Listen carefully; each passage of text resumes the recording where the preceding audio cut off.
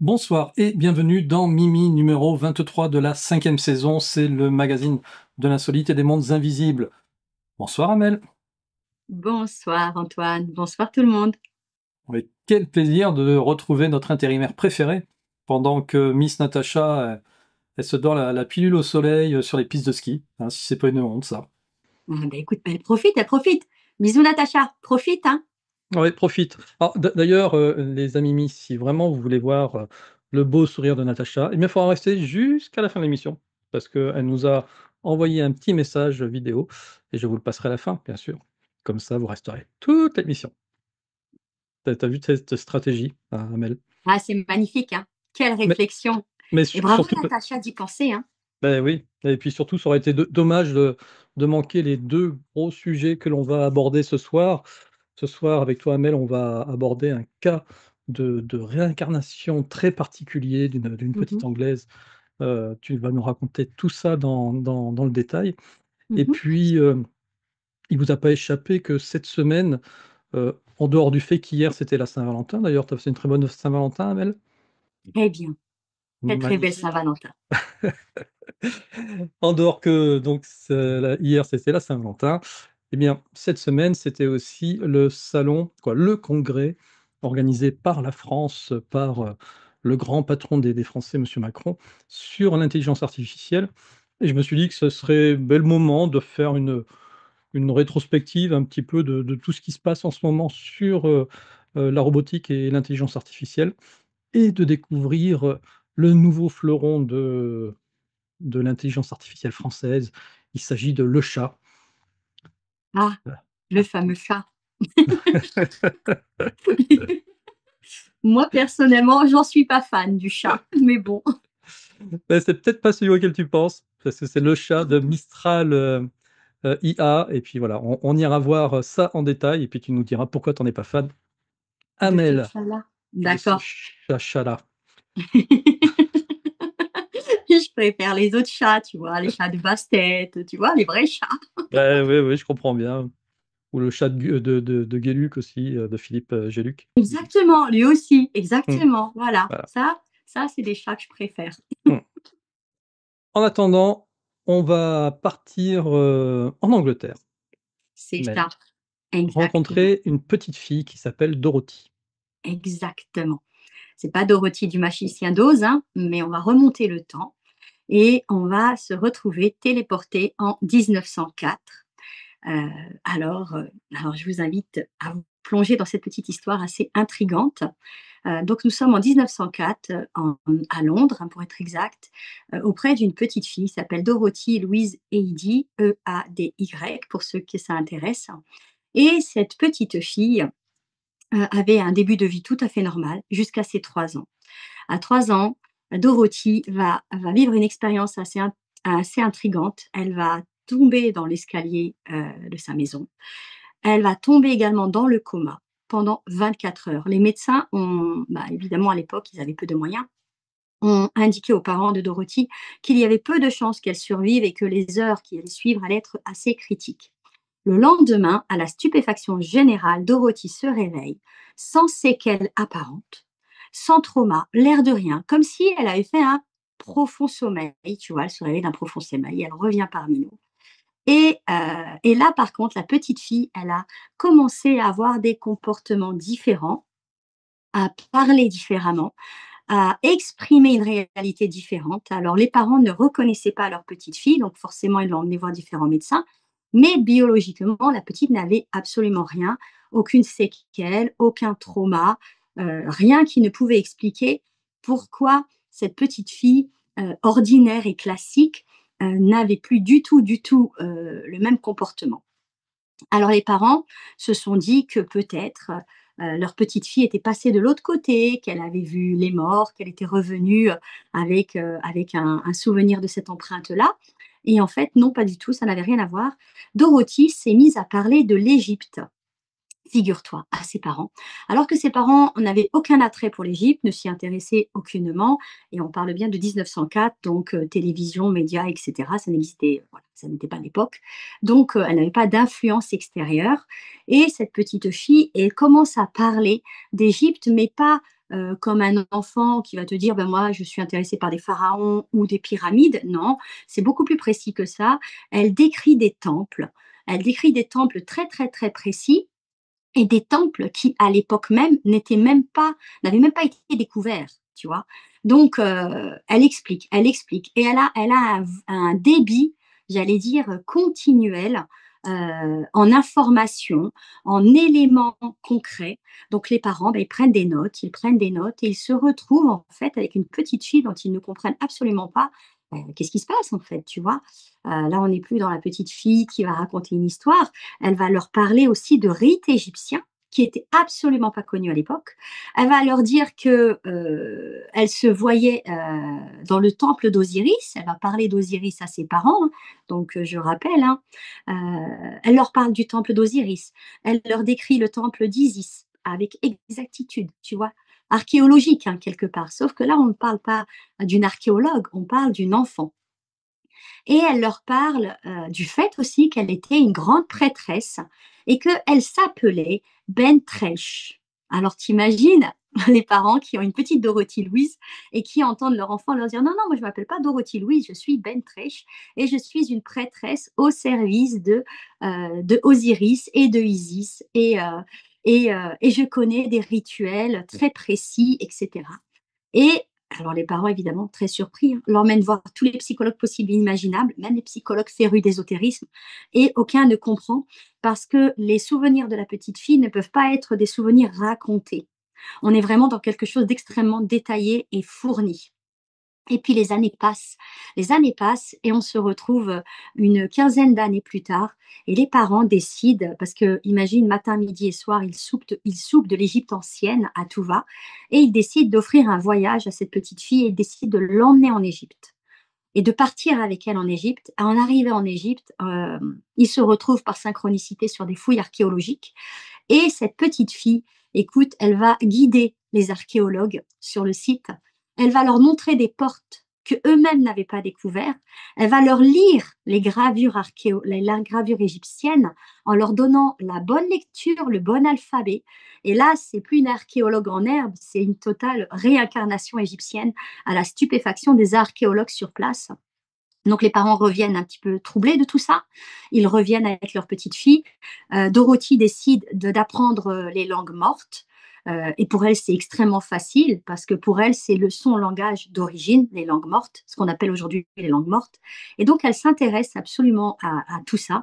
Elle plonge littéralement dans l'Égypte ancienne par évidence parce que pour elle, sa vie n'est absolument pas en Angleterre, sa vie est en Égypte et elle construit toute sa réalité autour de ça. Alors les médecins que les parents continuent de voir et de visiter de temps à autre, et les psychologues et les parapsychologues, eh bien, aucun n'arrive à donner une réponse cohérente et claire, parce que là, on n'est pas dans une réincarnation avec des souvenirs diffus, on a quelqu'un qui vit sa réalité passée, mais dans son immédiat d'aujourd'hui. Et ça, c'est toute l'énigme de Dorothy. Et bien sûr, tu te doutes bien qu'à l'âge adulte, notre amie Dorothy est allée vivre en Égypte. Hein.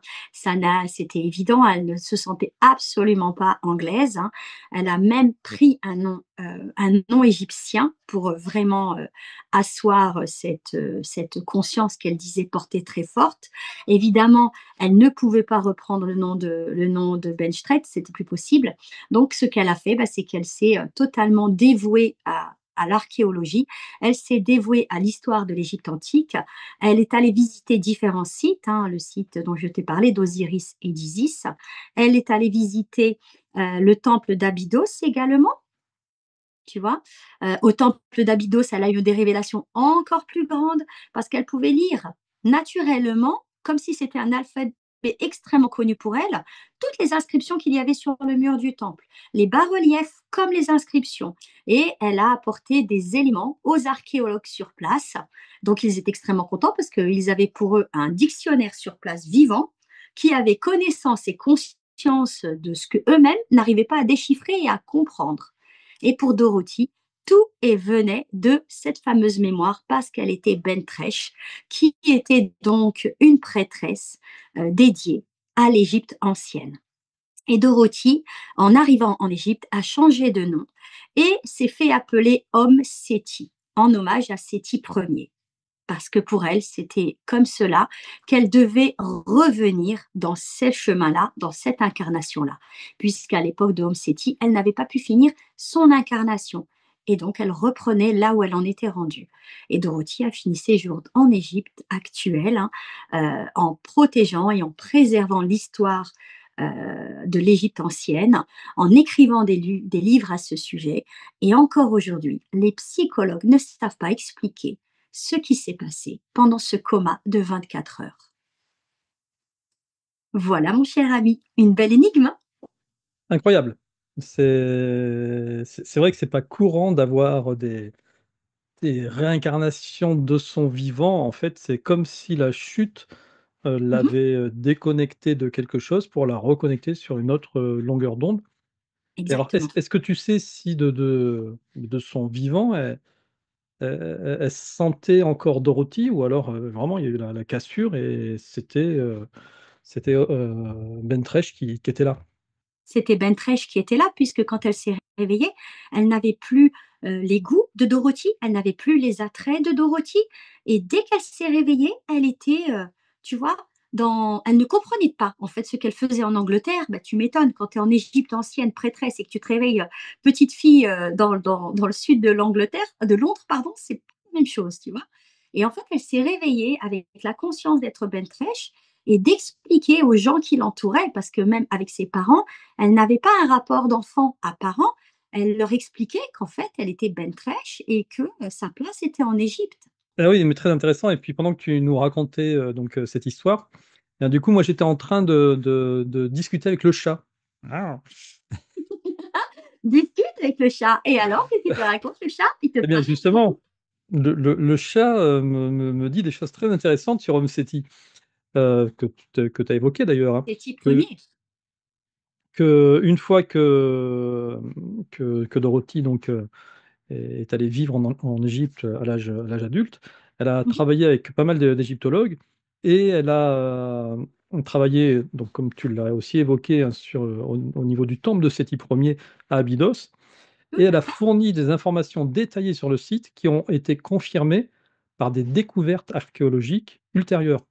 C'est donc Exactement. c'est ça qui est vraiment surprenant. C'est pas haut et elle s'est pris pour, une grande prêtresse, égyptienne Mhm.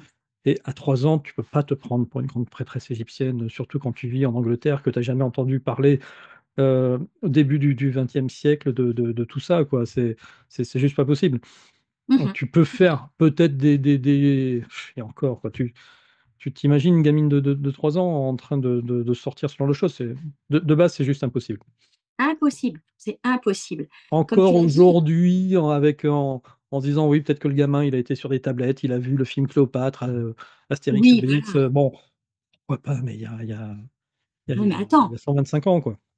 Oui, et puis attends, on parle d'une petite fille qui a quand même lu les gravures et qui lisait les hiéroglyphes de façon naturelle, qui savait lire les langues mortes, pas que l'ancienne Égypte, hein, on parle de plusieurs langues mortes, Mmh. Ouais, d'accord? ça Et ouais. ça aussi. Et on parle d'une petite fille, enfin, qui est devenue jeune fille, etc., comme tu l'as dit, qui a expliqué aux archéologues des éléments qu'ils ont bien notifiés, mais qui ont été découverts 30 ou 50 ans après. C'est ça. Et c'est extraordinaire parce que moi, je suis intimement convaincue, et ça, c'est ma petite intuition, qu'il y a des choses qui vont encore être découvertes parce qu'elle leur a décrit des choses qu'ils n'ont jamais trouvées.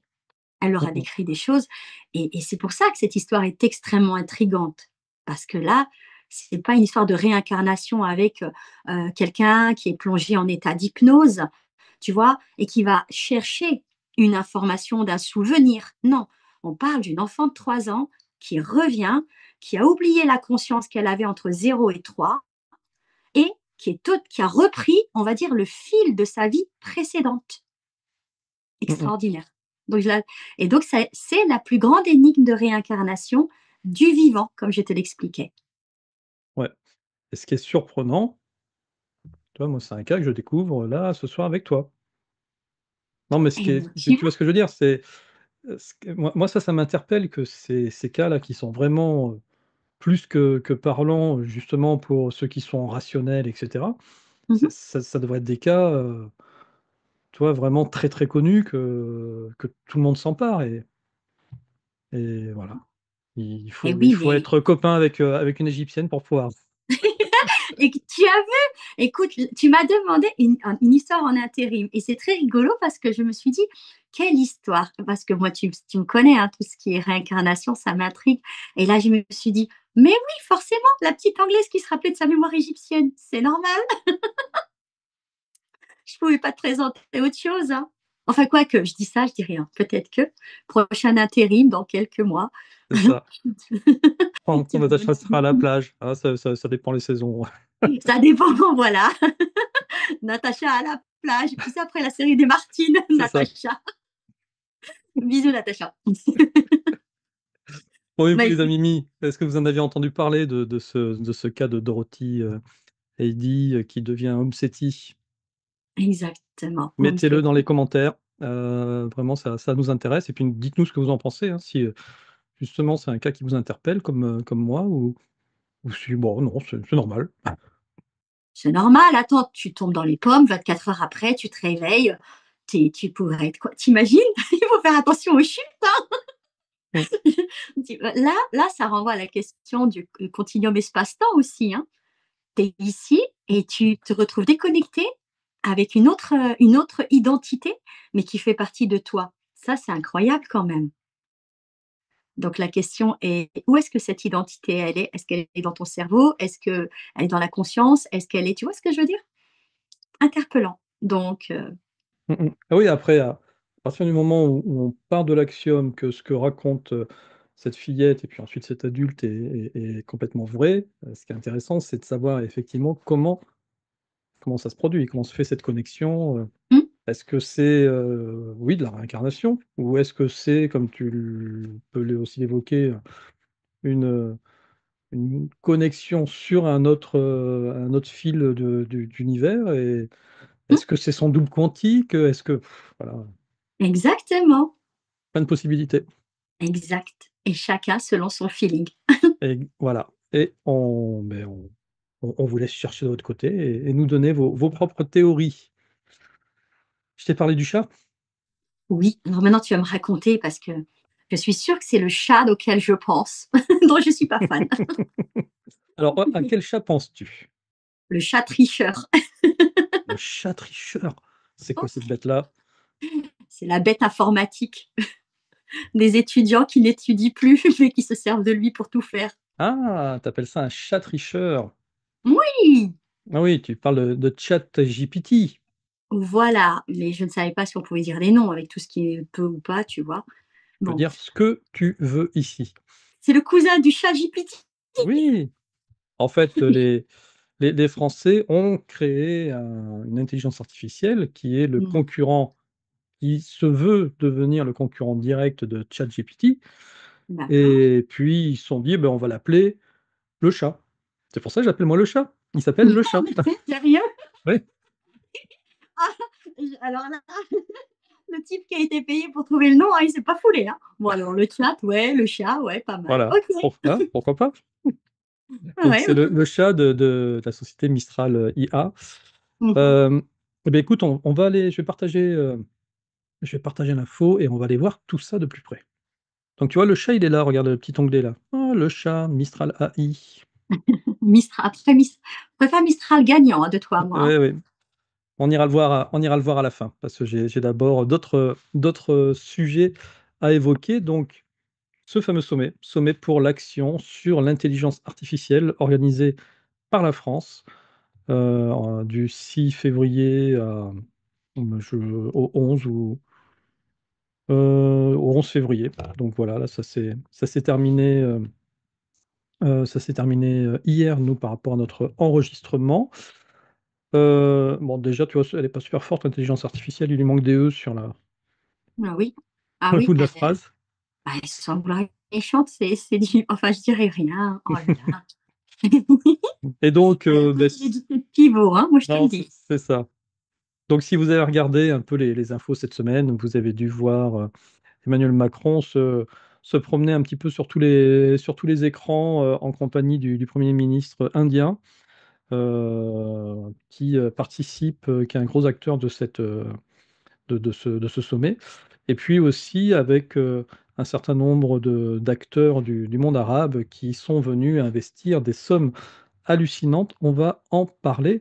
Donc, je me suis dit que c'était voilà, l'occasion de refaire un petit tour sur, sur ce qui se passe dans le monde en ce début 2025 au niveau de l'intelligence artificielle et au niveau de la robotique, parce que vous allez voir maintenant, de toute manière, les choses sont de plus en plus intimement liées et il n'y aura pas de robots sans intelligence artificielle associée. Mmh. Selon toi, Amel, Oui, dis-moi. combien pourrait coûter un robot euh, Un autonome? robot? Voilà, tu vois, qui pourrait ressembler à cette bête-là. Lui, il Ah, s'appelle PM1. Alors c'est un petit robot, il fait 1 mètre 40, mais d'accord. il est très très très agile. C'est un petit bijou de technologie. Et donc, pour toi, combien pourrait coûter ce genre de robot? 5 millions d'euros? 5 millions d'euros. Ouais. Oups, j'ai un peu spoilé si vous avez vu le bas de l'écran. Non. Oh non, là, c'est. Alors, c'est peut-être à la conception, et encore, à mon avis, la conception, c'est beaucoup plus cher. Non, non, non, à la production. À la production? C'est-à-dire que demain, si tu as un peu d'argent, tu devrais pouvoir commander ce robot. Donc, 5 D'accord. millions d'euros, t'es bien trop, trop lourd. Trop, trop haut. Je suis trop loin là, d'accord, Ouais, OK. Bah, si je suis trop loin, c'est-à-dire qu'il faut enlever beaucoup de zéros. ouais. Ben, on va être dans les 10 000 euros. 10 000, 20 000 euros. 10 000 euros, ce serait pas mal, hein, quoi, pas mal. Ce serait pas très cher finalement, hein, comme somme. Ben, je sais pas, Ah ouais, moi, tu vois, toi, c'est il vrai que faut être fort, hein. moi, j'aurais dit 50 000, hein, très honnêtement. Bah, écoute, Euh, après, moi, je connais pas la capacité de ton nono petit robot, hein. eh bien, Tu vois? écoute, Nono, le petit robot, Alors. euh, il a été lancé donc à la vente pour 88 000 yuan, Mmh. ce qui correspond à 12 000 $. Donc, Ah, on n'est pas très très loin, effectivement, des 10 000 euros. Ça dépend du cours du dollar en ce tu vois? moment. Donc, c'est hallucinant parce que ça veut dire qu'effectivement, tu pourrais décider, au lieu d'aller acheter ta prochaine voiture, de te dire, oh ben Oui, non, finalement, je vais m'acheter PM1. PM1, ouais. Mmh. PM1, il fait le ménage? Ah ben PM1, il va pouvoir tout faire. C'est Ouais, un, hier. c'est un robot qui est donc suréquipé au niveau de son électronique. Il n'est pas très D'accord. lourd. Il fait 40 kilos, un exosquelette en alliage d'aluminium qui lui confère une très grande robustesse et surtout une grande agilité. Il me marche à 2 mètres par seconde, donc Mmh. il a une motricité qui est quand même, somme toute, assez rapide. Bien sûr, il a des capteurs dans tous les sens. Hop, on va essayer de voir un petit peu à quoi il ressemble de plus près. On est vraiment dans de la SF, hein. Ah mais total, total, là, je suis en pleine science-fiction, là, carrément. C'est C'est angoissant. Je me dis: «Ils vont nous envahir». Mon Dieu. et il a une démarche, en fait, il va regarder son environnement et il va, se faire du mimétisme par rapport aux gens qui l'entourent. Bien ça, c'est angoissant, tu vois? Là, tu te dis, Oui, ça me fout la ça trouille, tu vois? ouais, Ça, voilà, ça me fiche la trouille. on est bien d'accord et donc il va, voilà, il va coller un petit peu sa démarche, aux gens qui l'entourent pour, leur ressembler de plus en plus. Mmh. Et bon, après, je vais passer sur l'ensemble des actions qu'il est capable de faire, mais grosso modo, il a vraiment une très très grande motricité au niveau de la palpation des doigts. C'est le nec plus ultra aujourd'hui de la robotique. Et alors, il y a un argument, moi, qui m'a fait rire. Son Mmh. autre point fort, c'est son autonomie. Ah, Environ d'accord. 2 heures de fonctionnement. Bon, grosso modo, si tu veux avoir un robot qui fonctionne toute la journée, il faut lui mettre une prise au cul, hein, sinon ça marche pas. Bon, le côté positif, c'est qu'il ne peut pas encore nous envahir. Au bout de 2 heures, tu es Voilà. débarrassé du problème. Si tu cours pendant 2 heures, au bout d'un moment, tu arrives à le semer. Voilà. Très Donc bien. on est sauvé. On est sauvé. Et donc le patron d'Engine AI, Zhao Tonggang, affirme vouloir intégrer les robots intelligents dans tous les aspects de la vie quotidienne. Donc tu te demandais s'il allait faire le ménage. Bien sûr que oui. Si tu lui apprends, parce que je pense qu'il va falloir le lui apprendre en fait, hein, même s'il va avoir quelques petits programmes, il va falloir lui montrer l'exemple d'abord. D'accord, super. Quand il aura cassé quelques carreaux, quelques vitres, quelques meubles, ouais, super. Voilà. Mais non, Non, mais tu... à mon avis, ils sont d'une telle précision que non, non, non, ils cassent pas les carreaux. Non, je Et, sais bien. Je ne tenterai et pas le donc, diable avec des robots. l'entreprise prévoit de produire plus de 1000 unités d'ici 2025. Voilà. 1000.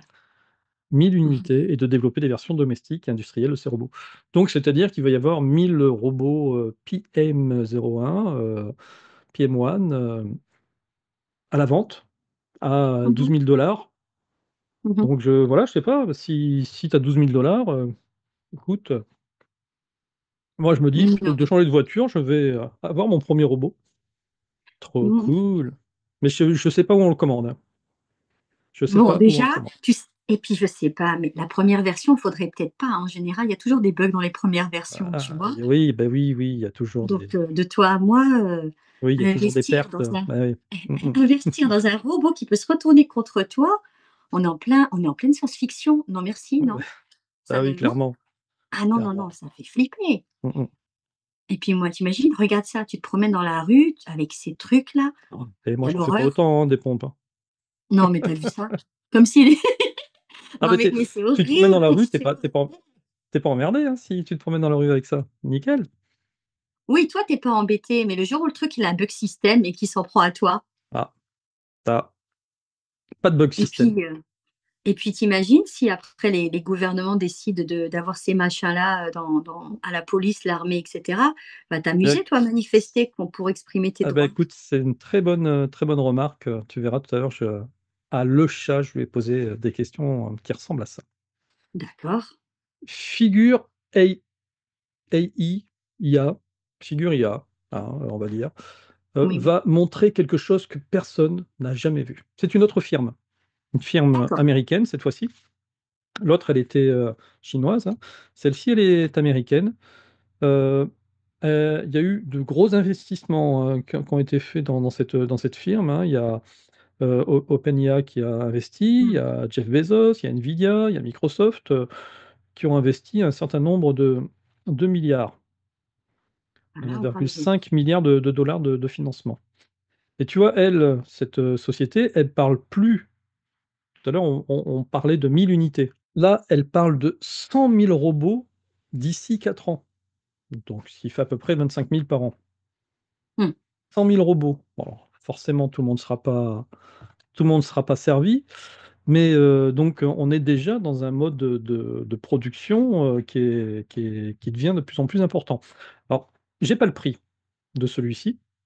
Par contre, ce qui est intéressant, c'est que la société donc Figure AI a décidé de rompre les ponts avec justement la société qui avait investi chez elle au tout début, c'est OpenAI, qui AI, OpenAI, excuse-moi, j'essaye d'améliorer mon anglais, qui est à la base, qui est un peu comment dire, le début de vraiment de l'ère de l'intelligence artificielle.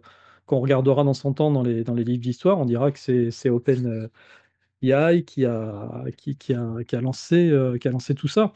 Et là, Mhm. Figure AI a décidé de rompre les ponts D'accord. pour ne plus utiliser la technologie d'OpenAI, mais d'utiliser sa propre technologie, parce qu'ils ont fait une grande découverte qui va devenir une avancée majeure dans la robotique et dans la gestion du cerveau et de l'intelligence artificielle des robots. Mhm. Pour le Tu moment, m'intrigues.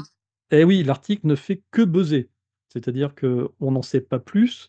Il y aura une démonstration qui va s'annoncer dans une trentaine de jours, mais pour le moment, on n'en sait pas plus. Par contre, ce que Figure IA Figaro.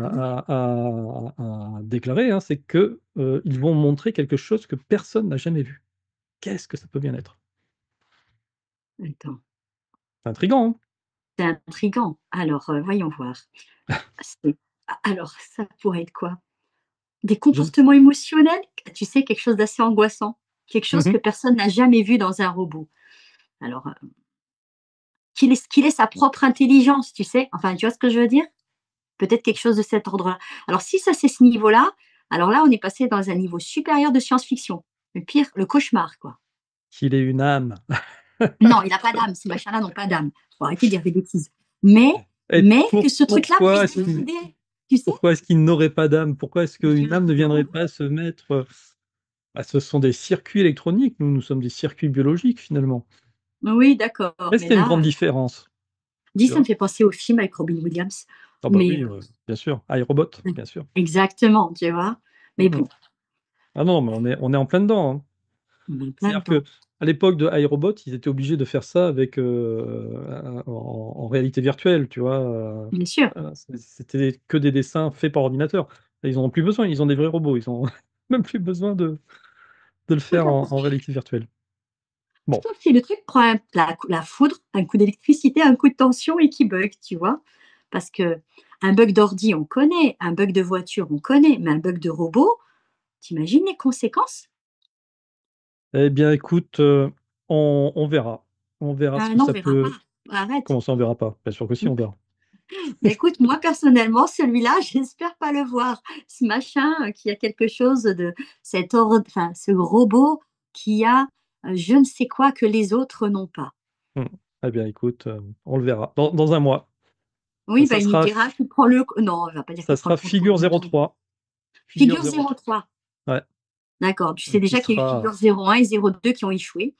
mais non, mais qui étaient moins bien. Maintenant Figure 03 sera beaucoup mieux. Mmh. On en reparlera, les amis Mimi, dans un mois. Et C'est donc, ça. du coup, moi je voulais revenir un petit peu sur, justement l'intelligence artificielle à travers, tous ces modules comme ChatGPT, hein, ces modules conversationnels.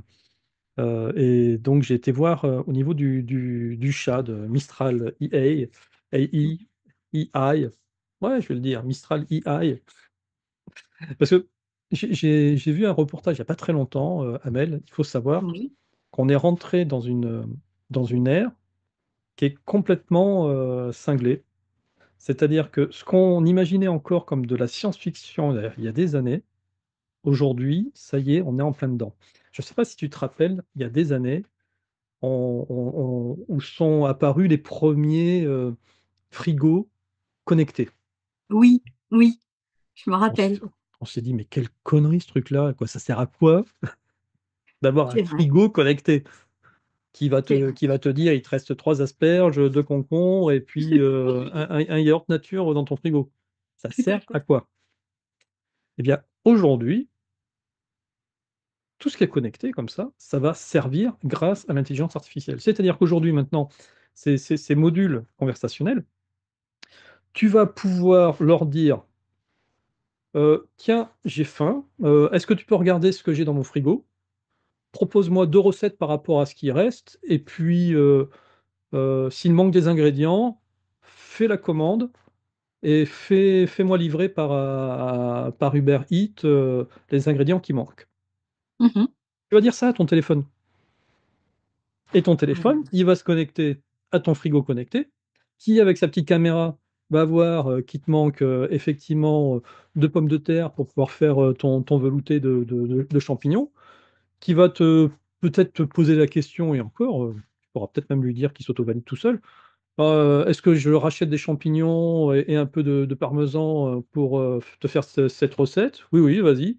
Hop, il va se connecter, il va regarder au niveau des discounts de ton quartier. Ah ben tiens, ce Carrefour-là, cet Intermarché-là, il a le les ingrédients qu'il me faut. Je passe la commande, parce que j'ai rentré bien entendu ma carte bleue et tout, hein, c'est toute confiance, hein. Je passe la commande, et en plus, je contacte Uber Eats pour qu'il aille chercher la commande au drive, qu'il me la porte à la maison. Et toi, t'es tranquille en train de vaquer tes occupations. Il y a une demi-heure, tu as demandé à ton téléphone qui te prépare une recette pour ce soir. Et tu as quelqu'un qui sonne avec le panier de provisions qui te manque. Et tout, il est nickel. Et puis après, qu'est-ce que tu fais? Ben, tu vas vers ton robot cook, tu l'ouvres, tu mets tous les ingrédients, tu appuies, et voilà, et tu passes à table. Mmh. C'est pas un monde magique, ça, Amel? Non, c'est un monde hyper angoissant, Eh bien, on y est dedans. On y est hyper dedans. angoissant. Et je- Big Brother qui a plus de limites, qui rentre chez toi, qui sait tout de toi et qui, le jour où tu es un mauvais citoyen à ses yeux, ben, te ferme tout, quoi. Donc Ouais, non, bah oui, hyper parce que comme en angoissant. plus tu seras en domotique, il va te fermer tous tes volets, tu pourras même plus sortir de chez toi. C'est ça, exactement, tu imagines? Attendez que la Vous êtes police arrive. oui, c'est ça, résidence, comment on dit, tu sais? Oh, Résidence quelle horreur. surveillée. Mm, mm. Oh, t'inquiète, c'est pas grave, je fais un trou, je sors par le garage, moi. Bah, on y est. Mais vraiment, on y est. Moi, j'ai vu une démo. C'est assez incroyable. Où le youtubeur disait, bah, tiens, trouve-moi une paire d'Adidas pour mon fils. Il fait du 37, il aime bien ses couleurs, ses couleurs. Essaie de me trouver la paire la plus sympa. Au meilleur prix. Pouf, pouf, pouf, le truc, il cherche dans tous les sites, il regarde les paires disponibles. Comme Mmh. dans sa mémoire, il sait que son fils, il aime bien plutôt le vert, plutôt le machin, etc. Il lui sort sa paire d'Adidas. Est-ce que celle-ci te convient? Ah non, je préfère peut-être un peu moins haute. Ok, pouf, il recherche, il recherche, il cherche. Et celle-ci? Oui, c'est bon. Bah, tu peux lancer la commande. Et hop, commande, arrivé, pouf. Tu Mmh. utilises même plus tes petits doigts. Tu n'auras même plus des petits doigts boudinés à force de taper. C'est fini. C'est fini. Non, non, non, non, non, non, il y aura peut-être d'autres solutions, arrête. Mais c'est vrai que c'est assez angoissant. Tu vois, les films de science-fi, ce qui était rassurant, c'est qu'une fois que tu as regardé ton film, tu sortais de là, tu disais: «Heureusement, on n'est pas dedans, heureusement». Et là non, le science-fi nous entoure, quoi. Mm, mm. Donc du coup, ben, j'ai été voir le chat. Parce que Oui, retourner. j'ai été assez intrigué par ce chat dont notre président, parce qu'en plus, Macron en a parlé hein, lors de son élocution en début de semaine, il a cité le chat de Mistral en disant que c'était le fleuron de... Bon. Euh, de premier abord, il n'est pas super sexy, quoi. C'est brut de fonderie, c'est une page blanche, c'est hyper minimaliste, même le chat, on ne sait pas à quoi il ressemble, quoi. Mais Mmh. bon, donnons-lui sa chance. Et j'ai commencé à converser avec lui. J'avais déjà fait cet exercice-là avec Jérôme, où au tout début de ChatGPT, on avait fait l'exercice de lui poser des questions, etc. Et donc justement, bien, je voulais savoir un petit peu ce qu'il pensait de ce salon de l'intelligence artificielle de Paris. D'accord. Donc, je lui ai demandé quelles étaient les nouveautés qui ont été présentées lors du salon. Donc, déjà, il nous parle des investissements massifs. La France a annoncé des investissements de 109 milliards d'euros dans l'IA, dont une grande partie sera dirigée vers la construction de centres de données, les fameux data centers, on y reviendra. Les Émirats arabes unis vont investir 50 milliards d'euros pour construire un centre de données géant en France, tandis que le fonds canadien Brookfield investira 20 milliards d'euros, donc 15 milliards pour de nouveaux centres de données. Mmh. Euh, donc ça veut dire qu'à une période où on est en train de faire les comptes au niveau de la France, de faire des restrictions budgétaires, etc., de partout, on est en train d'investir des milliards d'euros dans l'IA. Est-ce que c'est une bonne chose? Est-ce que c'est une mauvaise chose? Est-ce que c'était le bon moment? Mais de toute manière, si on ne le fait pas maintenant, on sera après complètement à la traîne. Je suis partagé. Je suis partagé, mais quand je vois mes factures qui augmentent, je me dis que c'est peut-être pas le bon moment. Ah oui, tiens, je vais te faire une petite anecdote. Oui, dis-moi. J Peut-être que toi, tu l'as vécu aussi, peut-être vous aussi les amis, hein, vous l'avez vécu. Je reçois ma facture de la MAIF, en début d'année, pour, les assurances, de ma maison, de ma voiture. Et je remarque que, j'ai pris 80 € d'augmentation. Mmh. Mmh. Ne 80 non, plus que 80 €, 96 € d'augmentation, je crois. Donc je trouvais oui, effectivement, ils avaient annoncé qu'il allait y avoir des augmentations, mais quand même, c'était un peu fort. Du coup, j'ai écrit à la MAIF qui, pour le coup, m'a appelé, quelques jours après, pour m'expliquer, pourquoi effectivement ma facture avait augmenté. Et Bah, alors? figure-toi, la facture, elle a augmenté, non pas parce que les assurances, ont augmenté leurs tarifs, ils l'ont fait, forcément, mais cette augmentation, ça va pas dans leur poche. En C'est la fait, ce que j'ai appris, c'est que c'est l'État qui a imposé aux assurances une taxe de, je crois que c'est je sais plus, c'est 69 ou 79 € d'augmentation d'accord. qu'ils ont, répercutée du coup sur leurs clients. Donc tu sais quand l'État nous dit: «On ne fait pas d'augmentation d'impôts», effectivement, pas d'augmentation d'impôts. En fait, ils augmentent de partout, mais tout en loose day. C'est-à-dire que là, ils augmentent les assurances et Mmh. les Et assurances les mutuelles? forcément et oui, et les assurances forcément, ils vont nous augmenter. Mais c'est pas l'État et les mutuelles et c'est le même principe. Tout à Là, la fait. ouais, ma mutuelle, plus, 150. Et pourquoi? On n'est pas plus Mmh. malade? Ah si, on est peut-être plus malade, mais pour d'autres raisons.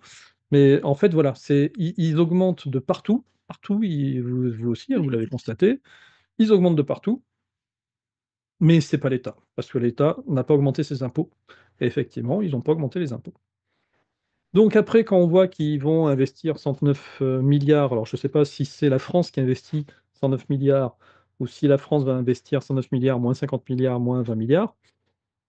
Mais ça En reste tout quand même des cas, milliards, hein, ça ton reste quand histoire. même, ça reste au moins 39 milliards d'investissement pour ensuite nous augmenter, donc je sais pas. Voilà, est-ce que l'enjeu, en vaut la chandelle? Eh bien, c'est ce que j'ai un peu demandé à mon chat, parce que je parle avec mon chat. Donc Vas-y, parle avec ton chat. donc le chat m'a dit qu'effectivement, il y avait une coopération internationale de 58 pays qui ont signé une déclaration pour une IA ouverte, inclusive et éthique. Ah, donc J'adore ça le mot éthique. bah oui. Donc moi aussi, ça m'a intéressé cette histoire d'éthique. Hem, donc le chat continue: «Une initiative appelée Current EA, a été lancée pour promouvoir une IA d'intérêt général avec un Mmh. investissement initial de 400 millions de dollars. Qu'est-ce que c'est qu'une IA d'intérêt général? Amel? Bah, écoute, pour moi, là, tu as une énorme contradiction. Intérêt général et investissement dans la même phrase, ça fait bugger mon système interne. Je suis Bon, désolée, hein, bah mais je oui, suis contente. bah, du coup, je lui ai demandé en quoi consiste, l'initiative, Current EA. Et alors? EI. Donc, cette initiative est un véhicule d'investissement lancé par 9 pays, dont la France, ainsi que des associations et des entreprises. Son objectif est de promouvoir une intelligence artificielle d'intérêt général. Elle dispose d'un montant de 400 millions, d'accord, et vise à lever 2,5 milliards de dollars sur 5 ans. Donc ça veut dire qu'on va encore en mettre la main à la poche, hein, parce qu'on fait partie des 9, hein, comme les Nazgûl. Ah! Cette initiative est parrainée par 11 dirigeants de secteurs, de la technologie et vise à soutenir des projets d'IA qui sont éthiques, inclusifs et ouverts. Bon, ben, OK, mais il m'a pas répondu, quoi, donc je lui demande: «Mais sois plus précis sur la notion d'intelligence artificielle d'intérêt général». L'intelligence artificielle d'intérêt général fait référence à des applications qui visent à bénéficier à la société dans son ensemble, plutôt qu'à des intérêts privés ou commerciaux spécifiques. Ça, c'est peut-être bien, finalement. Sont accessibles l'IA d'intérêt général est conçue pour être accessible au plus grand nombre. D'accord. Sont éthiques, elles respectent les principes d'éthique, notamment en matière de protection de données personnelles, de transparence et de responsabilité. Je vais après, la titiller là-dessus. Tu m'étonnes. Elles répondent à des besoins sociétaux et elles sont ouvertes et collaboratives. Donc, cette initiative vise à financer et à soutenir des projets qui répondent à ces critères. Bon, bah, pour moi, c'est encore du blabla, hein, je vois pas très bien, donc je lui demande des exemples concrets de l'impact sur la vie quotidienne des citoyens européens de l'intelligence artificielle d'intérêt général. L'intelligence artificielle d'intérêt général peut avoir un impact significatif sur la vie quotidienne.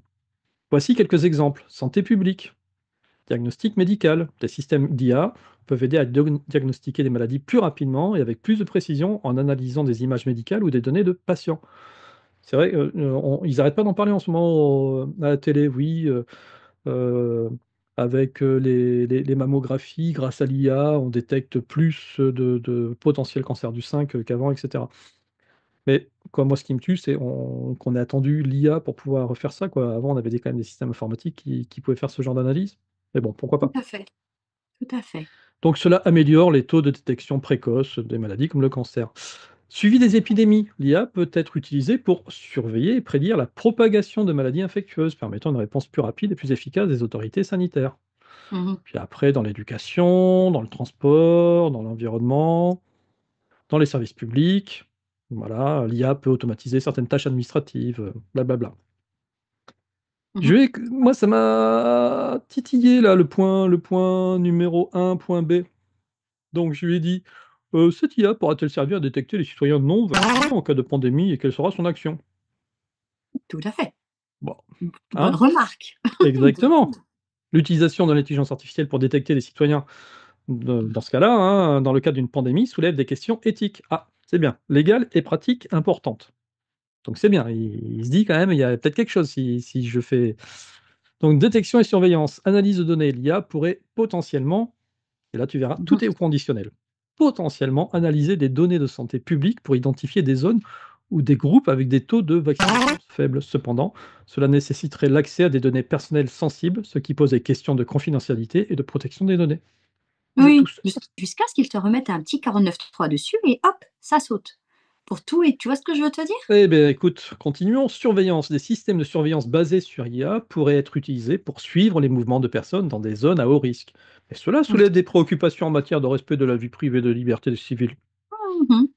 Voilà, des actions potentielles. Alors après, oui, il donne plein d'actions. Je vous laisse lire, hein, vous faites pause et puis je vous laisse lire. Du coup, moi, je me dis, un peu comme toi, mais qui s'assurera que ces règles éthiques soient bien respectées? Ah, et quelles Oui. seront les sanctions contre un gouvernement qui ne respecterait pas les règles éthiques en reprogrammant son intelligence artificielle? Bah, là, le chat me dit: «L'assurance du respect des règles éthiques dans l'utilisation de l'intelligence artificielle, en particulier par les gouvernements, est un défi complexe qui nécessite une approche multidimensionnelle». Il parle spiritualité, multi-émotionnalité maintenant. Pardon. Donc effectivement, voilà, il donne des solutions, des organismes de régulation et de Mmh. surveillance, Mmh. Et on sait tous qu'ils sont des absolument comités pas éthiques corrompus. nationaux. Eh oui, dans le On le cadre, sait tous. voilà, transparence et responsabilité, des audits et des rapports publics. Bon voilà quoi, donc on a Mais bien ils sont compris et je lui dis: «Mais tu as pas répondu à la question des sanctions. Qu'est-ce qui est prévu?» Hein, s'il y a un pays, mmh mh. je sais pas, si le Liechtenstein, décide d'en faire qu'à sa tête. Oui, voilà. Vous connaissez des Ils gens vont de Liechtenstein? Moi j'en connais pas. non, mais j'en connais pas, donc ça va. Tu as bien fait de le citer celui-là. On est tranquille. Les sanctions spécifiques contre un gouvernement qui ne respecterait pas les règles éthiques dans l'utilisation de l'intelligence artificielle peuvent varier en fonction des accords internationaux et des cadres juridiques. Bah oui, amendes et pénalités. Ouh, on voit que ça fait peur à certains pays, les amendes et les pénalités. Certain. Les restrictions commerciales, sanctions économiques. Ouh, là aussi, sanctions diplomatiques. On va lever le doigt. Voilà. Tout à fait. Bon, ah bah, grosso modo, bah, s'ils veulent faire ce Ben, qu'ils ils veulent, risquent rien. ils risquent rien, hein. Ouais, ils risquent rien, non? Doit-on Ils vont même s'inquiéter de notre liberté individuelle du fait de l'importance que prendra l'intelligence artificielle dans les décisions publiques? L'importance croissante de l'intelligence artificielle dans les décisions publiques soulève des préoccupations légitimes concernant la liberté individuelle. Il est quand même bien le chat parce qu'il me comprend, hein. Il répond, ouais, il me répond de façon, empathique. il Mais est bon, gentil. Pas très utile, mais gentil. voici quel oui, c'est ça, il est gentil. Il est gentil le chat. Il est gentil le minou. Voici quelques points à considérer: surveillance de vie privée, risque de surveillance de masse. L'utilisation de l'IA pour la surveillance peut conduire à une surveillance de masse, où les données personnelles sont collectées et analysées sans consentement explicite. Cela peut porter atteinte à la vie privée, donc c'est pas bien. Donc il le dit, hein, il dit c'est pas bien.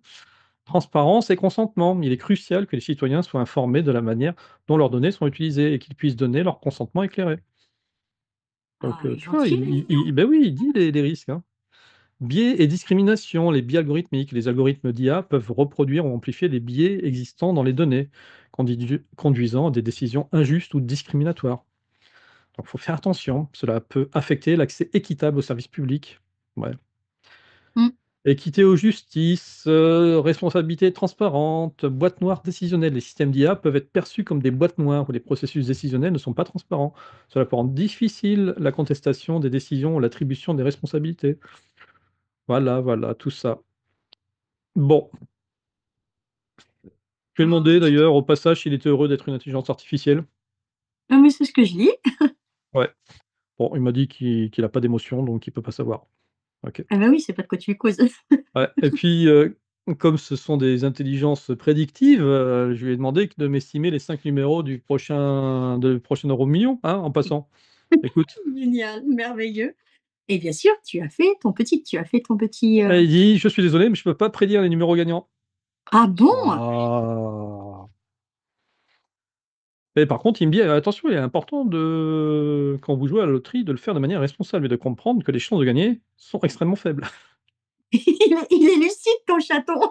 Je l'appelle le chaton parce que quand je vois le niveau de tu vois, comment Mmh. comment la page est faite, c'est pas très à l'américaine, c'est pas Non, très abouti.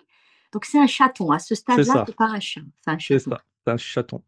Bon, je lui ai quand même dit qu'il me donne quand même, «Allez, donne-moi quand même 5 numéros là et je tente ma chance». OK, ben voici donc les numéros que je vais jouer, que j'ai joués hier Ah oui, et je vous invite à regarder, les résultats de l'euro-million pour savoir si je suis euro-millionnaire avec le 7, le 14, le 21, le 28, le 35. Ce avec ton numéro chance, tu as oublié les étoiles. et les 3000. 3, le 3 et le 9. Sachant que je le deviendrai un jour euro-millionnaire, ça je l'ai toujours dit. Est-ce que c'est grâce à l'IA? Tu ce scoop? Tu demain dans les grands titres, une IA donne les numéros de l'euro-million. C'est pas la pub de ma de du président, mon Dieu! Alors là, tout le monde va dedans, quoi. C'est-à-dire que là, je fais un truc contre-productif, c'est-à-dire que pour le dénoncer, je suis en train de dire: «Là, le chat, il m'a fait gagner l'euro-million». Incroyable. Ouais, c'est ça. Du petit chaton, tu deviens le super chat.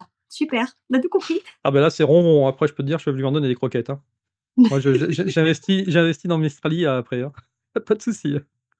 Ah bah, mais ah non et après tu crées un vrai chat éthique. Ah, Nuance. un chat éthique.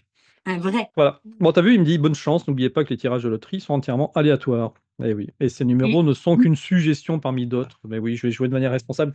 Merci le chat. et oui, merci le chaton. Ah oui, il y avait une pub comme ça d'ailleurs, hein, pour une lessive qui disait à la fin: «Merci le chat». Ben voilà, tu vois? Bah Ça oui, revient. bah oui, bah oui, Eh oui, bah tu as toujours la lessive, le chat qui existe. c'est Donc ça. Bon après je vous montrerai pas, quoi je vais demander par rapport à la consommation électrique parce qu'effectivement on parle des data centers, c'est, comment dire? Ces IA, elles ont besoin de plus en plus d'espace de data center, donc ça consomme de plus en plus d'électricité et donc là, la France, elle se gauze de dire: «Oui, mais nous, on fait de l'électricité propre». mmh C'est quoi l'électricité propre, Amel? Écoute, je ne sais pas. Je n'ai aucune idée de ce que c'est que l'électricité propre selon la gouvernance actuelle, je Eh t'avoue. bien, l'électricité propre, c'est une électricité décarbonée, D'accord, c'est-à-dire une électricité qui ne va pas générer de CO2, donc qui ne marche pas au charbon oui, et heu et donc on est très content d'avoir une électricité propre et chez nous, l'électricité propre, c'est égal au nucléaire. mais on en a beaucoup de centrales nucléaires ici. Ah beh, c'est pour ça qu'on est un pays qui est intéressant parce qu'on exporte de l'électricité et parce que comme on a beaucoup de centrales nucléaires, on génère beaucoup d'électricité propre. Mmh Propre jusqu'à ce que, ceux qui sont nés avant quoi, après 88, hein, Tchernobyl 87, ça vous dit rien? Oui. Non, Non, Tchernobyl, non. non, ça Non, ça pas ça du tout. Je vois non, pas mais de quoi c'est tu parles. Le nuage qui s'est arrêté à la frontière parce que dans le ciel, il y a les douanes, tu sais? ah, ça vous avez pas connu là, les plus jeunes d'entre vous? Oui, ils Parce connaissent que pas vraiment. eh oui, allez, on va vous en parler 2 secondes, les plus anciens, hein, vous le savez. Effectivement, dans les informations, le message qu'il y a eu et c'est d'ailleurs C'est hallucinant. burlesque quand tu y penses. Bah, oui, quand tu y penses, c'est complètement burlesque. C'est ce qui est encore plus fou, c'est que les gens aient pu y croire. C'est de Mmh dire: «Vous inquiétez pas, la France ne risque rien, le nuage radioactif s'est arrêté à la frontière». Tout à fait. Plaque. Il a Ah, été comment on dit? ah, c'est Il a été renvoyé. «Allez, tu repars d'où tu viens». voilà. Sauf que, beh, il s'avérait que pas du tout, hein, Non. que c'était plus dangereux de manger une salade, élevée à la pluie radioactive que d'aller au McDo. Exactement, exactement. Donc Et après, il y a eu des problèmes de thyroïde, il y a eu ah toute beh, une génération, bah il y oui, il y a a eu des toute une cancers, hein. génération qui a eu des problèmes de thyroïde, voilà et on Mmh, sait d'où ça vient. Donc exactement. non, non, la le nucléaire n'est pas une énergie propre, et comme, le dirait mon ami feu, Castellémis, hein: «Oui, mais les centrales, c'est la technologie idéale, c'est la sécurité optimale, c'est l'infaillibilité totale, puisqu'on te le dit, puisqu'on te le dit, puisqu'on te le dit, puisqu'on te le dit». Toute la journée, c'est ce qu'on se tue à te répéter à la radio, à la télé, dans les journaux, puisqu'on te le dit et sa chanson se termine par un beau nuage, nucléaire. Parce Mmh. qu'effectivement, le Titanic a coulé, le Tupolev est tombé, le Zeppelin a brûlé. Pourtant, tout ça, c'était, la technologie idéale. Hein, un pétrolier peut s'échouer, une plateforme polluée, goudronner un océan, mais comme on le dit, il y a pas de souci. Il y a des problèmes partout, pourquoi pas sur les centrales? Voilà. Bon, tout ça, c'est mouvement écolo des années 70-80, c'est Mmh. pareil, peut-être que vous avez pas connu. Il y avait des jeunes, hein, qui s'enchaînaient, sur les rails, pour empêcher le passage des trains, et cetera, remplis de déchets radioactifs. On n'en parle plus du tout de tout ça, mais plus Non, du tout. Ça c'était complètement enfoui et maintenant, on a complètement renversé le discours. On dit: «Le nucléaire, c'est propre. c'est de l'énergie». Un mensonge Oui. répété devient vérité, entre Eh guillemets. bien, dites-vous qu'une fois que tout ça aura pété, qu'est-ce qu'il restera? Eh bien, les robots qui seront autonomes, au moins 2 heures, tu as que pas 2 oublié? heures. C'est vrai, j'avais oublié. Bon, encore une belle émission, Amel, mais là, ça y est, on est à 1 heure, hein, d'émission. Après, on va dire que c'est, Natacha la bavarde, mais finalement, je vais finir par croire que c'est moi qui suis le plus bavard de Ou alors tu t'entoures de personnes bavardes. Donc mmh, c'est ça, c'est ça. Je suis un aimant à bavarde. exactement, Un ou un aimant bavard. ouais. Regarde Mmh, Sylvano, hein, c'est un bavard aussi, hein. c'est exactement. En parlant de Natacha, on vous avait promis à la fin de l'émission, son petit message vidéo. Allez, on Mmh. l'écoute. Bonjour les amis, comment allez-vous? Eh bien, comme promis, regardez, vous voilà à la montagne, presque avec moi. C'est super joli, je vais tomber. C'est super joli. Je tourne, je tombe. Bon, j'espère que vous allez bien. Et moi, je vous emmène un petit peu en balade. Regardez comme c'est beau. Franchement, une montagne derrière. Là, waouh. Là, derrière, là. C'est magnifique. Je sais pas si vous voyez bien, je sais pas si ma prise de vue est bonne ou pas. Et bon ben, on se retrouve bientôt. Bon, bien, bonne fin de vacances, Natacha. Bon retour, parmi nous. On la retrouvera, bien sûr, samedi prochain. Mmh. En parlant d'émission, je tiens à faire un grand mea culpa, Amel. J'ai Vas-y. toujours pas fini le montage de ton émission. On a fait une émission avec Amel, c'était au mois de novembre, déjà fin novembre, sur les crânes de cristal. Ça va arriver. Promis, ça va arriver. Avant Génial. 2026. Avant 2026. Ah non, hein, ne me fais pas une promesse à de l'horizon, le point qui n'arrive jamais, tu sais? En tout cas, voilà, émission très intéressante. Dès qu'elle sort, vraiment, je vous conseille de la regarder parce on a été, dans ta collection de crânes de cristal. Oui, On a exploré tout ça et vraiment, c'était une émission très, très sympa.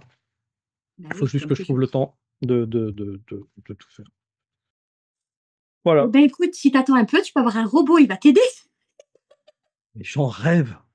Donc regarde, Euromillions, hop, j'aurais de quoi acheter avec Oui. l'Euromillion, j'aurais quoi acheter, c'est pas un robot. Un robot à 12 000 $. J'aurais le quoi acheter des 1 000 robots à 12 000 $, tu imagines? Non, Nickel. tu achèteras le Ni robot des États-Unis, là, celui qui fait des choses plus poussées encore, niveau 3. ouais, et Le ouais, et ouais, et le ouais, et 10 000 ouais, 10 000 c'est niveau 1, hein, donc à c'est mon ça. avis, niveau 1, c'est pas terrible, tu vois? C'est pour les petites tâches ménagères, le niveau 1. OK, Voilà, non, c'est ça. bah, écoute, Et pour tes petites bouches qui voient, tu sais? on en reparlera. En tout cas, voilà, merci Amel, d'être venue, nous ensoleiller cette émission ce soir et puis, bien, on espère te retrouver, très vite sur cette chaîne dans Avec ton plaisir, toujours un plaisir. Et bisous à Natacha, encore une fois. bisous Natacha, bisous à Mimi, à très bientôt, passe un bon Bisous à week-end. tout le monde. Bye bye. Un câble, ça peut casser et par accident. Une voiture peut déraper et par accident. Un incendie se déclarer par accident. Un tuyau, ça peut crever, ça peut arriver. Mais pas aux centrales, c'est la technologie idéale, c'est la sécurité optimale, c'est l'infaillibilité totale. Puisqu'on te le dit, puisqu'on te le dit, puisqu'on te le dit, puisqu'on te le dit, puisqu'on te le dit, puisqu'on te le dit, puisqu'on te le dit. Toute la journée, c'est ce qu'on se tue à te répéter à la radio, à la télé, dans les journaux, puisqu'on te le dit. Un tunnel peut s'effondrer, une piste s'écrouler, un ingénieur mal calculé. Un pétrolier peut s'échouer, une plateforme polluée et goudronner un océan. Le Titanic a coulé, le Tupolev est tombé et le Zeppelin a brûlé. Oui, mais les centrales, c'est la technologie idéale, c'est la sécurité optimale, c'est l'infaillibilité totale. Puisqu'on te le dit, puisqu'on te le dit, puisqu'on te le dit, puisqu'on te le dit, puisqu'on te le dit, puisqu'on te le dit, puisqu'on te le dit. Toute la journée, c'est ce qu'on se tue à te répéter à la radio, à la télé, dans les journaux, puisqu'on te le dit.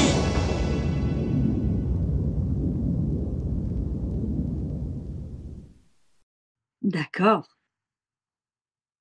Miaou. Non, mais t'es sérieux, ils ont vraiment inventé un chat. Waouh, Ouais, ils ont vraiment appelé le le chat. chat. Moi aussi, ça m'a intéressé cette notion Ouais, d'étiqueter, hein, ouais, ou des tics tout court. Et d'éthique, plus loin, tic. d'éthique. 2 heures, 2 heures, t'as pas 2 oublié. heures, c'est vrai, j'avais oublié. Voilà, bon, bah, écoutez, encore une émission, une belle émission. Ah, je vais changer ma batterie. Ah, tu vois, batterie 2 heures. Elle est déjà en mode robot, ta batterie. Regarde ce qu'une copine, elle m'a offert. Jusque-là, tu suis? Mmh. Peut-on négocier Ouais, regarde avec qui on négocie. avec le Père Noël? Ouais, mais quel Père Noël! Mmh. Ouais, je remarque que tu bois, pas du côté peut-on négocier? Bah, évidemment! On sait jamais que t'enregistres et que ça finisse en bêtisier, ça se voit pas. Je suis pas folle, je te Ouais, c'est connais ça. maintenant, tu vois? Mmh. Ouais, ouais, c'est la bonne excuse, ouais. Ouais, ouais. Ouais, Ah, ouais. oui.